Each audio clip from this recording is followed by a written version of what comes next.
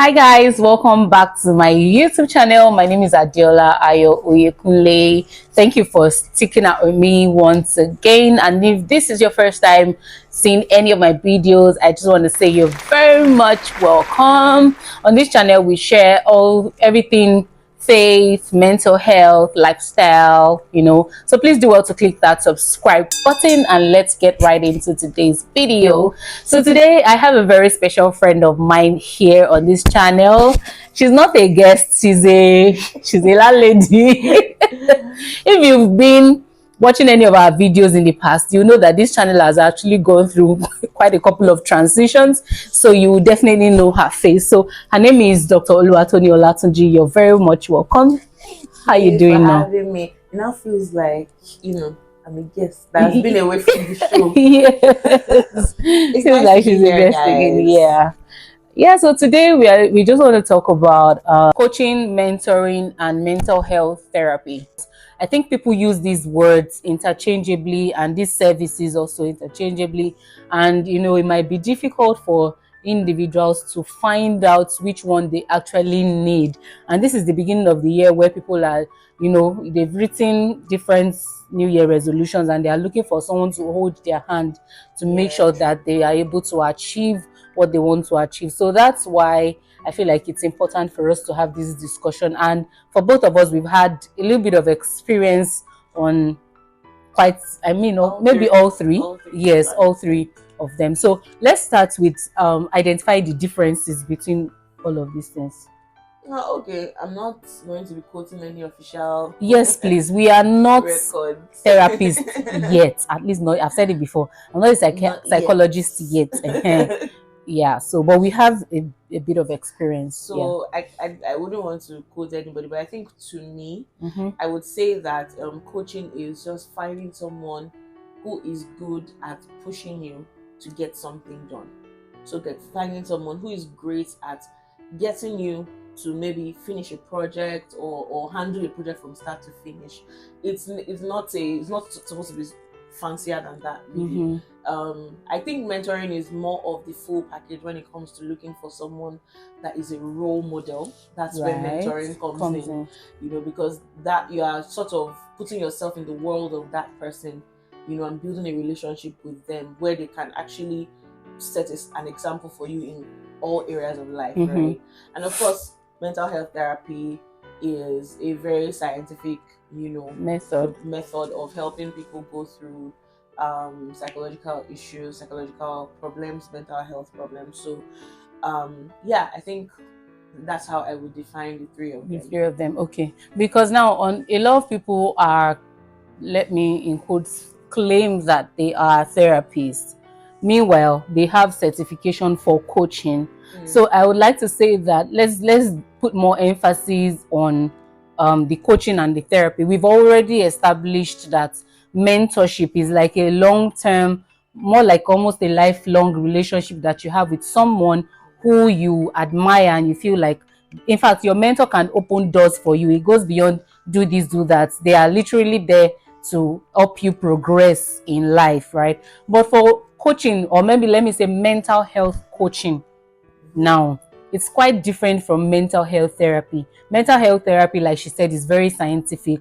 They go through different methods. There's CBT, there's DBT, there's all different kinds of methods that of course in mental health coaching too, you use some of these tools, let me call it tools. But a mental health coach would not dig deep into your past. They are more interested in how you get to where you're going. So coaching generally is that there's a major aim and they help you get there. Say for example, now I want to get a remote job. I have a friend who is a remote work queen. She's very good at it. I can make her my coach to walk me through that process of getting a remote job. Some people would say that they are clarity coaches and all, strategy coaches, so business coaches, social media coaches. Exactly. They are different. So it's just I feel like it's good to know the differences between all of these, so that when you go into any of these relationships, you go with the right expectation in mind. So can you share a bit of your experience with navigating the differences? Okay, well, I think the first one that I was exposed to was mentoring. Okay. From the more like from the Christian angle, from the spiritual angle. That's how I first came into contact with the concept of mentoring itself, right? And basically it was just it's like you see some part of yourself in this person, and you just feel like this person has been where I'm going, right? But most likely they've walked the path. They've lived the life that I'm saying that I might be going to live in the future, something like that. And so you just want to build a relationship with them and work with them. And for me, I think one of the most fundamental things that I came to understand from experience is that there has to be a connection. When it comes to mentoring, there has to be a relationship. I feel like many times people just see one person on social media and they like the person, and they start saying, I want that. They like what the person posts. Exactly. Let's say that they like what the person is all about. I want this person to be my mentor. And they enter the person's DMs and they say, oh, please be my mentor and all of that. And the thing about it is that the relationship becomes a bit awkward because there's no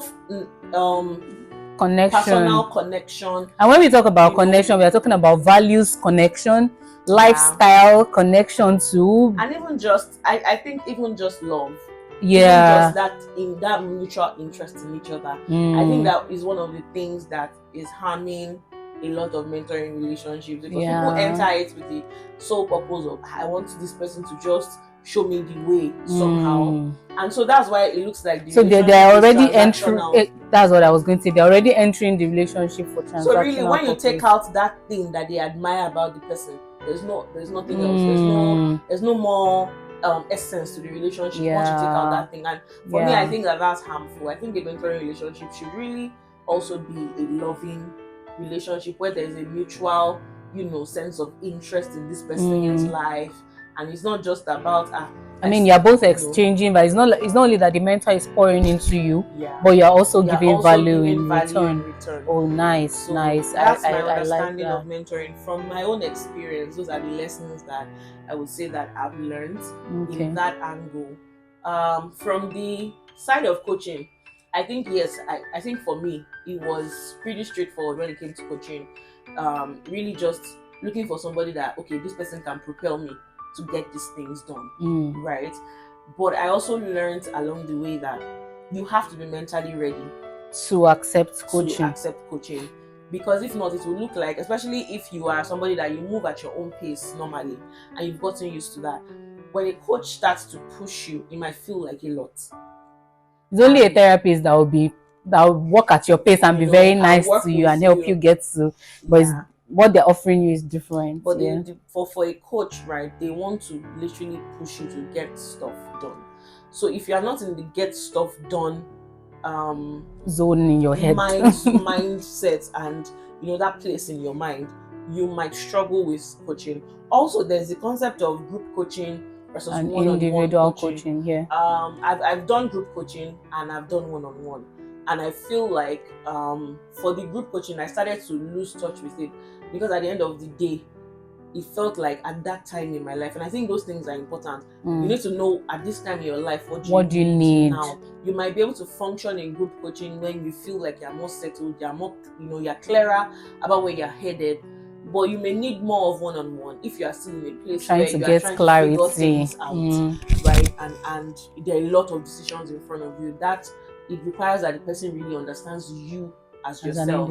So I think for me, those are the things that I also kind of learned from trying out both. Let me give an example of my own experience about knowing what you need at a particular time.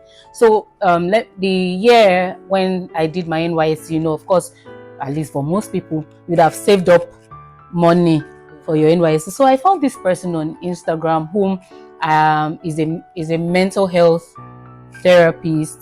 I wouldn't mention name, and I really liked the content that the person was putting out, and I felt like maybe this person would be of good help to me. But what I didn't realize was that I think at that point I needed maybe therapy and not exactly coaching. So what the person was willing to offer was coaching and not therapy.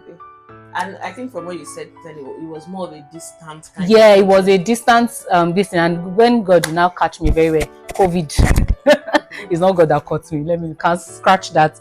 COVID happened, and we're supposed to see this person like once in a month, book a session with her. But the relationship was not just there, like she said earlier. The relationship was not there. There was no mutual interest. And then coaching can work even if there's no mutual interest. But there are laid down there's a laid down scheme of work. Let me put it that way. For me, I felt like, to be honest, I felt very disappointed in that coaching thing because I felt like she didn't have any plan for us, and because COVID happened, she was just able to I don't know, some people in that group might have benefited from it, or I don't know. First of all, we're supposed to be 12 in the group, only for me to get there, and I was seeing that I was like number 20, and then a few more people joined us. So in my head, I was like, this is an exclusive coaching with this person. We are just going to be 12. Let me quickly pay this money. And I paid the money that time as a broke couple that I was. Was it not still 6 figures even then? It was. And I paid the money. And to be honest, maybe because I also wasn't ready for such relationship. If I wanted to get the best of that relationship, I should have been pursuing. But I wasn't ready to pursue. I thought that, there'll be a scheme of, okay, this is what we do, and then after that we get to do this, and after that we get to do this. So like, it's important that you know what you want first before seeking any of these options. I just wanted to also add that to it, so that you not get there feeling disappointed. And then another time when I tried out therapy as well, at the end of the day, what I got was also coaching. Why? Because the person was not licensed to practice therapy on me based on location gap differences. So there's licensing, there's Orishi. It's just Nigeria here that things are not very structured or very regulated yet. But I didn't know that. So that was even what birthed that quest for what's the difference between all of these things, because I felt like I wasn't getting what I needed. The person would only ask me, okay, so what are you trying to achieve now? But in my head space, I'm not even ready to achieve anything. That's coaching. That was coaching. That's coaching, exactly. So coaching is interested in, okay, this is the set goal. How do we get there? Just like a football coach will do for the team. We are trying to win a tournament. These are the trainings that we need. This is what we need to do, and we get there. But a therapist will sit you down. What are the things that are hindering you from getting to this place? What beliefs, what mindset do we need to deconstruct? How do you need to heal and all that? I think that a therapist is a completely different. I mean, it is. It's a completely different ball game from both coaching but people don't know. So that's why that's why people get frustrated in those coaching and mentoring relationships, because now you are frustrating your coach because your coach is wanting results that you are not ready to give, and you are not even in that place where you are trying to chase anything. Maybe you're burnt out, you're tired, you are going through something, maybe you're actually even depressed, and if you don't talk to the right person, right, you just be finding someone pulling you, and it's like you're not being pulled. You are not pulling. They are trying to get you to do stuff, get you to achieve things. And then when you see, you will now need therapy from such a relationship, because when you see their message, you now feel like, what are they looking? What do they want from me again? And then it bets anxiety in you when you're supposed to be healing from anxiety. And I feel like there was, when I was actively in, I don't really want to mention it. When I was actually in immerse coaching, for instance, I know that they had a level where they called, was it clarify or some there was a level that had to do with just healing, because they realized that some people are coming from Basbos. They are not really yet here to start hitting goals and all that. They really just are coming because they are tired. There are many things that have gone wrong with their lives, right? And they're just trying to figure things out. I think there was a clarity level as well and all that. And I remember, someone I respect very much, I was talking to her, about something. And she said, no, was I talking to her personally, or she said it during a general coaching, whatever, that that if you are like really down, it was a personal conversation. She was like, she's not a specialist when it comes to this soul coaching and emotions and all of that, and that she would rather anybody that needs that should actually seek out either a soul coach or a mental health therapist, because she just felt like it wasn't really her area of strength. And I was impressed that she could actually admit that, which a lot of people will not do. They'll just keep driving you and driving you, but you're not, and they like you said, recognize driving. that I was listening to one thing where Inform was saying that sometimes, even as a coach, you're not in the person's life to, sometimes you're not there to force them to get things done. Sometimes you're just even there to just suggest something to them and allow it to take root in them over time on its own. But yeah, I think generally the idea of coaching is to push you to get, to reach your goals and all of that. And I think for me, I had that experience where I signed up for coaching because I felt like, oh, this year, it's all this beginning of the year, ginger. This year, I need to make more money. I need to structure my life. I need to do this. And then you find somebody that looks like they're speaking the language that you want to hear. I found someone and I signed up for coaching. And 3 months in, I slipped back into a place where what I really needed was therapy. And it was a difficult coaching experience because of that. Because I feel like I frustrated her and I wasn't showing up the way she would have wanted me to show up. In fact, I now turned her, and this is actually why it's important. I kind of turned her into a therapist because every time I showed up, she had to deal with all my emotional and psychological baggage first to even get to the point where, okay, so can you complete this exercise? So what are your plans and goals and all of that? And that happened so many times. And indeed, she was actually the first person that said it, that I think we spend most of our sessions just trying to walk through your feelings and stuff. And she was the first person that gave that pointer that it's therapy you need. It's not, this place is not supposed to be for therapy. It's supposed to be for you to get things done. And I eventually signed out of that coaching time, understanding that what I needed at that point, I didn't even have the energy to be hitting goals. I just needed to be fine emotionally, and I wasn't, and then I realized that I should actually have signed up for therapy. So it's different. The other set of people you can talk to that might even present a bit of help is people that call themselves soul coaches, because then those people also concern themselves with what's happening in your heart and in your mind. And of course, like I mentioned, there's also mental health coaching. Now, it is not therapy. It is still coaching, but they are concerned about your mental health. Just that they also have their own limits with what they can Especially do. Because when you're dealing with a therapist, they can now really begin to diagnose and begin to say, yes, this is the condition you have. But a coach cannot diagnose. Is this PTSD? Is this anxiety disorder? It goes, that's more scientific, and it's like you have assessments that you take and all of that. That's not like coaching is just a more superficial aspect. Mental health coaching is a more superficial, okay, how can we give you everyday tools that you can just use to feel better and get stuff done. So I think for me that would be the difference, I think. Okay, so after all is said and done, how do you know which one you actually need?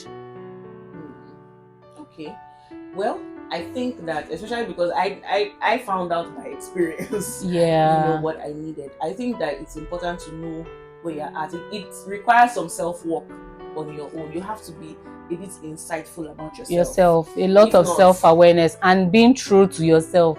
Like having to tell yourself the truth, this is where I am. And another thing that I would say is that what is the person trying to offer you? There's a reason you got drawn to that person.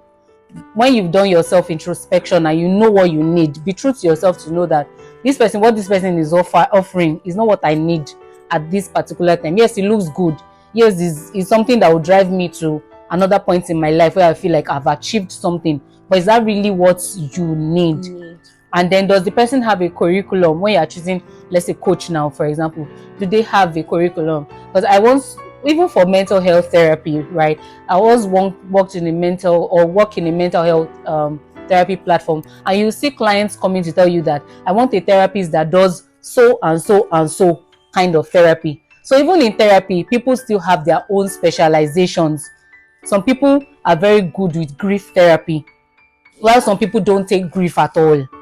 Do you get? And some people, they're very good with relationships, with family therapy or couples therapy, while some people do not even want to smell such cases at all. So the fact that somebody is a therapist or a coach or a mentor, let's not leave mentorship out, does not mean that, and the fact that they are good at their job, they have good reviews, people are recommending them, does not mean that they are good for you. So you still need to do some research to find out what you need. And this thing might come out from experience, really, at the end of the day. But you also must be willing to take that bold step and bet on yourself first before somebody else can do anything with you, whether mentorship, coaching, or therapy. You must be ready to go the all the way out to get things done.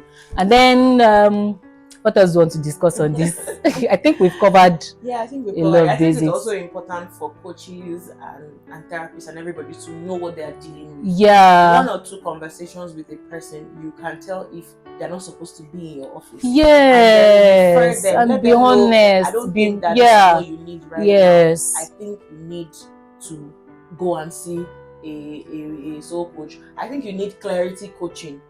You know, some people want you to, you already have your goal, they just want you to help you get there. Yes. If you are still trying to choose which of the goals to have, what you need is a clarity coaching situation where the person really helps you to find what is it that you really want to do, right? And I think it's important both for you to realize that, but also for the people that we go to, coaches, mentors, for them to know that from this conversation I've had with you, this is not what you need.